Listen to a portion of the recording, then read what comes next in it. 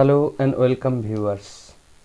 আজকে আমরা উৎপাদন তত্ত্বের তৃতীয় পর্বে সমোৎপাদন রেখা থেকে রিজ লাইন কিভাবে পাওয়া যায়, অর্থাৎ পরিবর্ততার প্রান্তরেখা বা শৈলশিরা কি এবং সেটা কিভাবে পাওয়া যায় সে সম্পর্কে বিস্তারিতভাবে আলোচনা করব। আমরা জানি যে সমস্ত উপাদান সমন্বয় থেকে একই পরিমাণ উৎপাদন পাওয়া যায়, সেই সমন্বয়গুলো যোগ করলে যে সঞ্চার পথ পাওয়া যায় তাকে আমরা সমোৎপাদন রেখা বা আইসোকোয়ান্ট বলি। যদি আমরা চিত্রে দেখি তাহলে দুটো উপাদান, যে কোনো দুটো উপাদান, শ্রম আর মূলধন অর্থাৎ লেবার ক্যাপিটাল, যদি আমরা দেখি যে এ পয়েন্ট অর্থাৎ এই পরিমাণ মূলধন এবং এই পরিমাণ শ্রম, বা এই পরিমাণ মূলধন এবং এই পরিমাণ শ্রম একই পরিমাণ উৎপাদন প্রদান করছে, তাহলে আমরা এই যে এ বি এরকম বিন্দুগুলোকে যোগ করে যে রেখাটা পেয়েছি এটাকেই আমরা বলি সমোৎপাদন রেখা। এখন এই সমোৎপাদন রেখার আকৃতি যদি আমরা আলোচনা করি, দেখব সমোৎপাদন রেখার আকৃতি দু রকমের। একটি হচ্ছে কারিগরি বা টেকনিক্যাল শেপ, আর একটা হচ্ছে ইকোনমিক শেপ বা অর্থনৈতিক আকৃতি। এখন আমরা যদি প্রথমে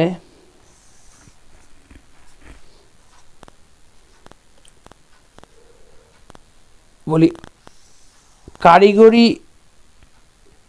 আকৃতি বা টেকনিক্যাল শেপ অফ আইসোকোয়ান্ট, অর্থাৎ সমোৎপাদন রেখার কারিগরি আকৃতি হয় এই রকম উপবৃত্তাকার বা ইলিপ্টিক্যাল। তা এই উপবৃত্তাকার অংশের পুরোটাই কিন্তু আমরা বলতে পারি যে অর্থনৈতিক দিক থেকে বিবেচনা করা হয় না।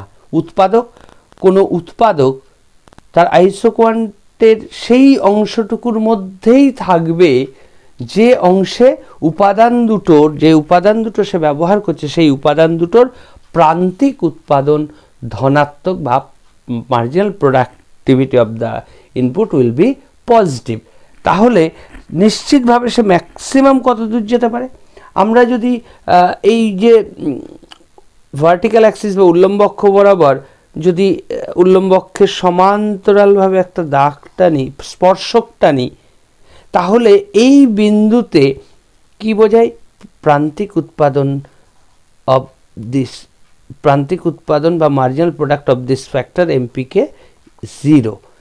এর এই পাশে marginal productivity of capital negative.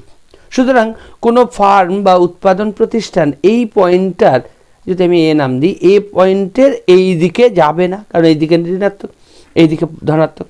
একই রকমভাবে যদি আমি অনুভূমিক অক্ষ অর্থাৎ আরেকটা উপাদান যে শ্রম নেওয়া হচ্ছে সেই অক্ষ বরাবর একটা স্পর্শক টানি, তাহলে স্পর্শ বিন্দুটার নাম যদি আমি দিই বি, তাহলে এই বি বিন্দুতে এই উপাদানটার প্রান্তিক উৎপাদন এমপিএল 0, কিন্তু এর এই দিকে গেলে এমপিএল কি হবে?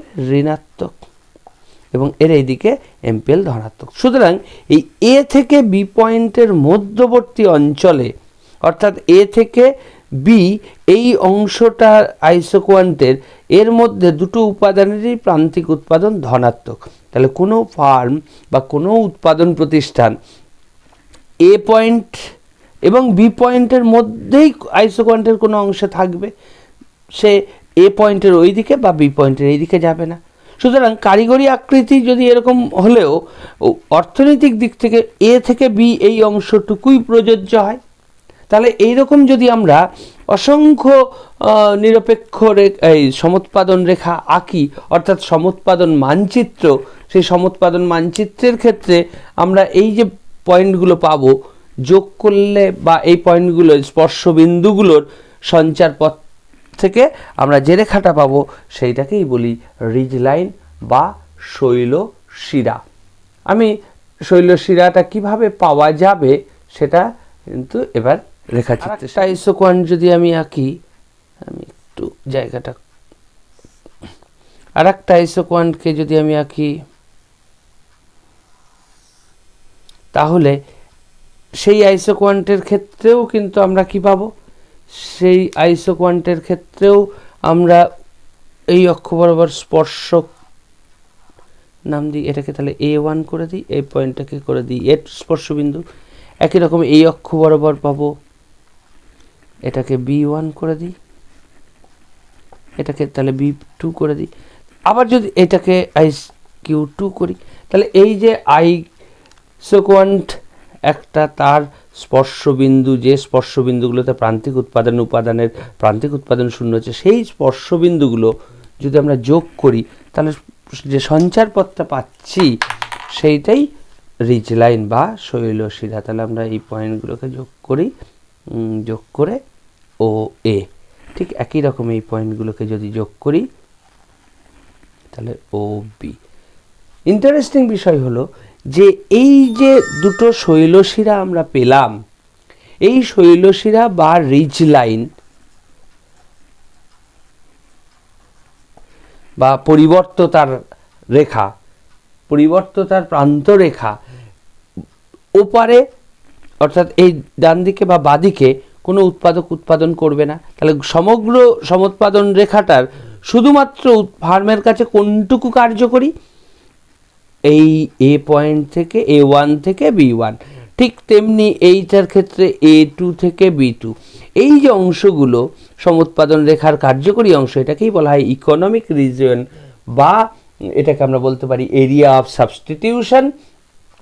এবং এই রিজ লাইন দুটোর মধ্যবর্তী অংশেই কোনো ফার্ম বা কোনো উৎপাদক উৎপাদন করবে।